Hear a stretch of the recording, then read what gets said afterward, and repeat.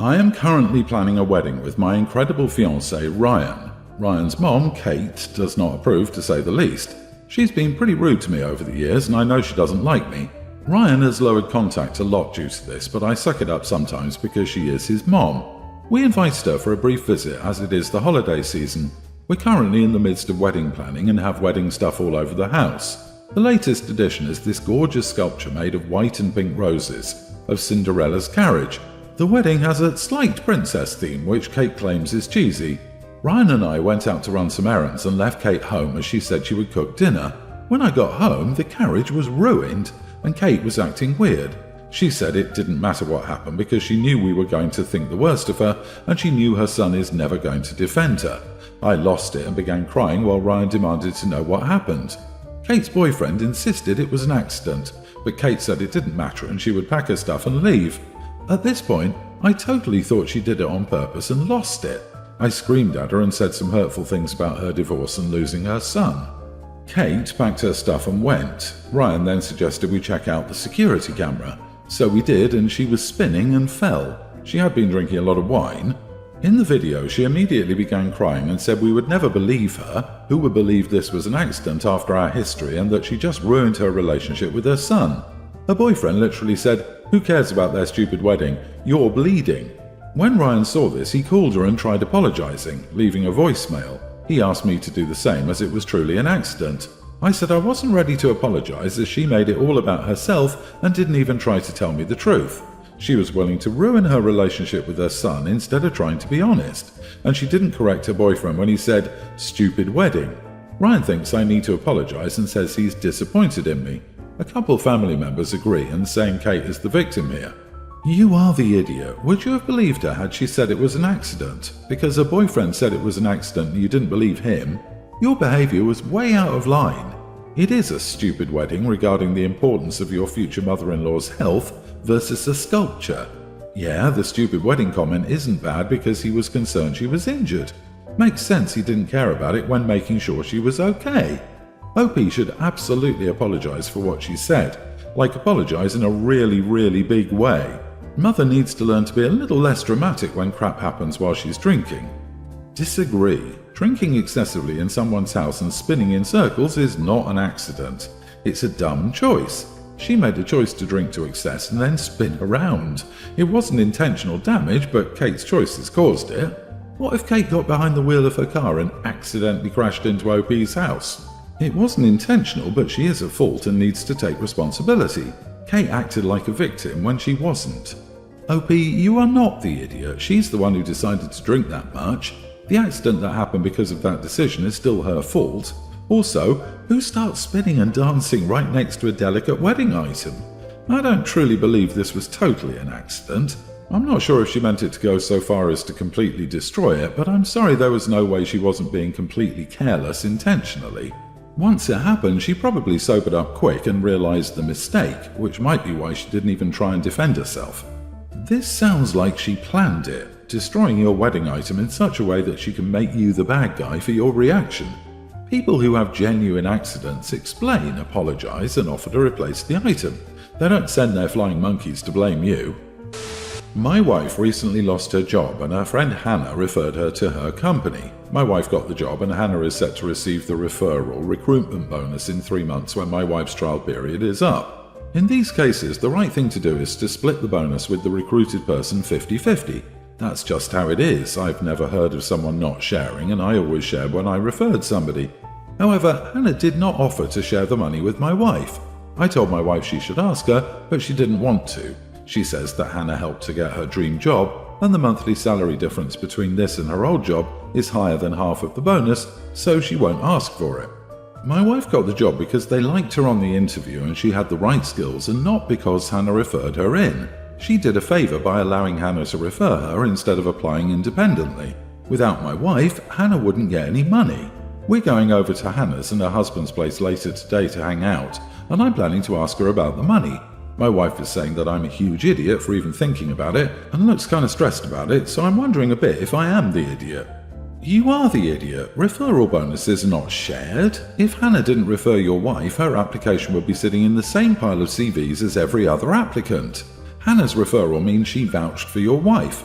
which will have massively prioritized her in the recruitment process. If your wife passes probation, then Hannah gets a referral bonus for helping the recruitment team successfully fill a role with someone who is more of a known quantity. I sincerely hope you don't sabotage your wife's career over a trifling amount of money and keep your mouth shut at dinner. Also, the wife is still in her trial period and OP's lack of tact could cost his wife this job. Her friend could be very insulted by this, and rightfully so, which would reflect very poorly on OP's wife in her workplace interactions going forward. I feel like OP is going to be stupid and do what he wants regardless of all the advice here.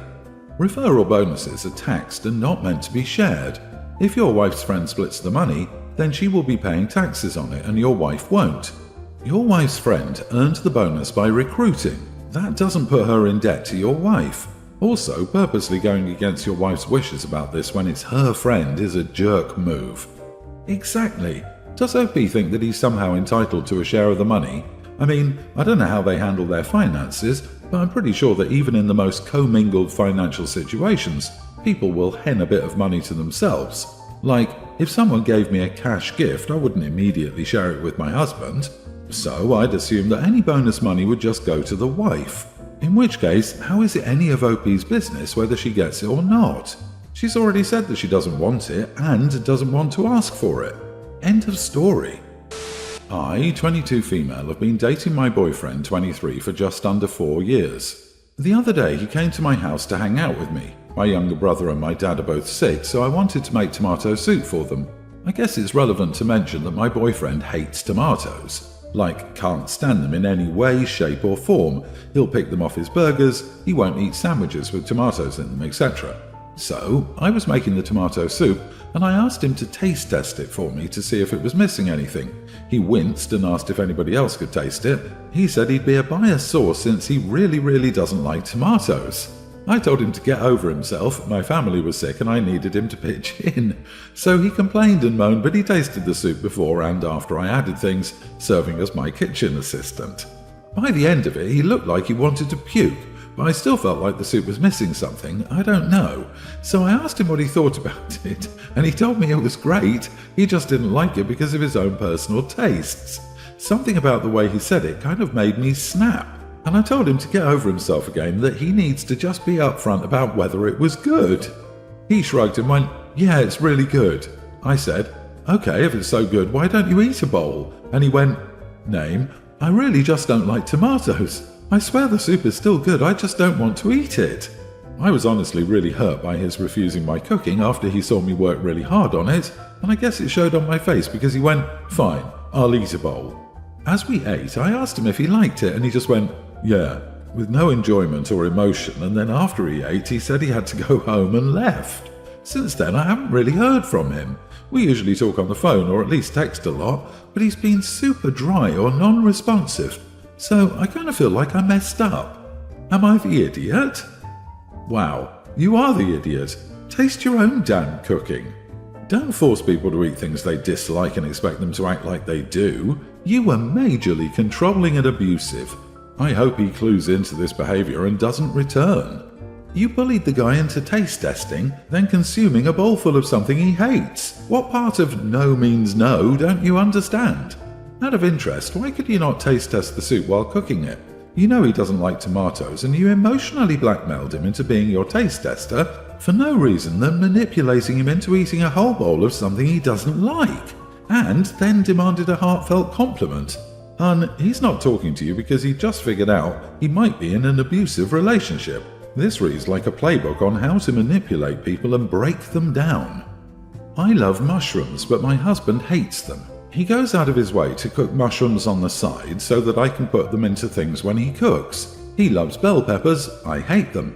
I go out of my way to cook bell peppers on the side so that he can put them into things when I cook. We both don't like tomatoes, so we don't use tomatoes. This is very basic crap that a regular loving partner would do. Why the heck would you go out of your way to make your boyfriend suffer? You're a terrible partner. You need to see a therapist. My husband, 33, Al, is the only son in his family. He's spoiled as heck by his mom and 3 sisters. The way I see it, they treat him like a royal, call him an heir and give him expensive stuff. Prince-level treatment. I didn't have an issue with it initially since they consider it showing love and appreciation, but I used to get into a lot of arguments with his mom and sisters about not making efforts to treat him the way they treat him. Basically, they claim I'm not showing the same level of respect they show him, and because of that, I got disinvited from lots of events, including Christmas. Al stances to stay out of it, and when I complained about his family disinviting me from Christmas, he said he couldn't force them to have guests they didn't want. On the morning of his flight, he slept in and didn't wake up on time. He woke up freaking out and yelling about me being petty and not waking him up before his flight after he asked me to. The reason I didn't wake him up was that I myself was asleep too. Why would I wake up early just to wake him up? His phone was away since he hates sleeping nearby electronics. He left in a rush and tried to get on another flight but failed due to the airports being packed. As a result, he missed the Christmas celebration with his family. His mom and sisters are angry, claiming I did this to get back at them and to isolate him from them. Al thinks I acted petty and vicious when I could have woken him up to go be with his family. He's still mad and claiming I ruined the holidays for him. Am I the idiot? This is not about your husband sleeping late. You're not a human alarm clock for this guy in his mid-30s. This is about your husband allowing his family to exclude you.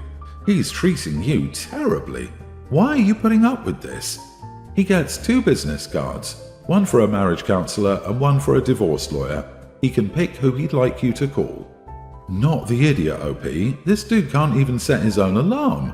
Are we sure he can use his phone to call out instead of just accepting incoming calls? I'm so tired of these partners staying out of it when their mothers are being rude or isolating. Inaction is a decision, which is what they are doing is fine. He's also not staying out of it when he claims OP acted petty and vicious. He's actively taking his family's side, and his inability to stand up for his wife is also taking his family's side, like he's totally cool with them criticizing her. Not only that, but he was willing to leave OP alone on Christmas to be with them and said it ruined the holidays for him to be forced to stay with OP, his wife. He might as well go back and live with Mommy if he's holding his own wife in such contempt. OP, you deserve better than this. Marriage is supposed to be a partnership where you can rely on one another through tough times and rejoice together through good. I don't think you have either of those. You will be the idiot to yourself if you don't reevaluate this relationship. He's not a prince and you're not his servant. If he refuses to sleep near electronics, then he should make alternative arrangements for an alarm, like a rooster. LOL. Oh please, let's get this dude a rooster with a little crown. After being disinvited from family Christmas because you don't worship your husband, he should be happy that he's still married. What are you getting out of this relationship? He should be on your side in disputes with his family, not cowardly staying out of it. I live with my husband of 6 years and our kids. I have my daughter, Lily, teen, and my husband has his children, Mia, female tween, and Sean, male pre-tween. Our kids are from previous marriages. Lily's dad is a deadbeat, but Mia and Sean's mother is active in their lives. On to the story. For context, for the longest time, Mia and Sean have wanted a pet and begged my husband and me for a dog or a cat. They're total animal lovers, and they both want to be vets when they grow up. Unfortunately, getting a pet is not something we can do at the moment. My husband has talked about it a few times, and we may consider getting a small pet, such as a rat or gerbil, in the future. For Christmas, my mother-in-law got Mia and Sean a sea monkeys kit each, and they were over the moon and super excited, waiting for them to hatch. They opened these gifts on Christmas Eve because my husband's family celebrates it then. Unfortunately, on Christmas Day, while I was at work, the joys of shift work, my husband said Lily poured the contents of the plastic tanks into the toilet and flushed it. Mia and Sean were heartbroken and wouldn't stop crying. It turns out that it was a prank, and Lily kept the sea monkeys in another plastic tub in her room. She admitted she recorded Mia and Sean's reactions and was going to post it on TikTok. I made her delete the video. I honestly cannot comprehend why she'd do something like that. This is so out of character for Lily, who's normally a very kind, outgoing girl. I asked her why she did it, but she kept saying she just thought it would be funny and didn't expect Mia and Sean to become so upset. She said they're only sea monkeys anyway, and Mia and Sean are oversensitive. I thought about it for a little while and I decided on the consequences. Grounded for 2 months except for school extracurriculars. No smartphone or allowance for 1 month, and Lily will use my spare Nokia to call or text other family members or us as needed. She can use the family computer if she needs the internet for homework. Lily has to write a sincere apology letter to Mia and Sean. No video games until it's done. It might seem over the top, but this was a big deal in our household, and even after they got the sea monkeys back, Mia and Sean haven't been quite themselves. Lily obviously wasn't happy about the consequences and is doing a teenage sulk and saying I'm being unfair. She texted my dad and complained to him. My dad likes to take Lily out on shopping sprees and spoil her, and with her grounded that won't be allowed. So he called me and asked what had happened. I explained everything, and he said I'm being too harsh on his grandbaby and that what she did was only minor and I was overreacting. I told him if he wanted to see Lily he was welcome to come over, but no spoiling her with gifts like he usually does. He called me a Grinch for grounding my daughter on Christmas and not letting him treat her, then ended the call. So, am I the idiot? Not the idiot. What she did was not small. She faked cruelty to cause psychological damage to siblings younger than herself because, checked notes, she thought it would be funny? On TikTok? You are sending a clear message to her that bullying will not be tolerated. I swear TikTok is a plague. I'm assuming Lily thought it would be funny based on what she consumes on the app. Not the idiot, but maybe monitor her social media use a little more and choose one, not all three of those punishments. Just my 2 cents. Go get her therapy, but to be perfectly honest, when a kid that age lacks empathy, there really isn't much you can do. You can see it in her reaction. If she already decided her actions were reasonable, punishment won't do much outside of teaching her that actions have consequences. The fact that she thinks that this is unreasonable says she lacks empathy and remorse, and you can't force her to feel either. Sociopathy is a spectrum, but this kid, despite popularity or whatever, has low empathy, and so does the grandfather. I'm sorry, this won't really get better, ever. Some people just don't give a crap about others.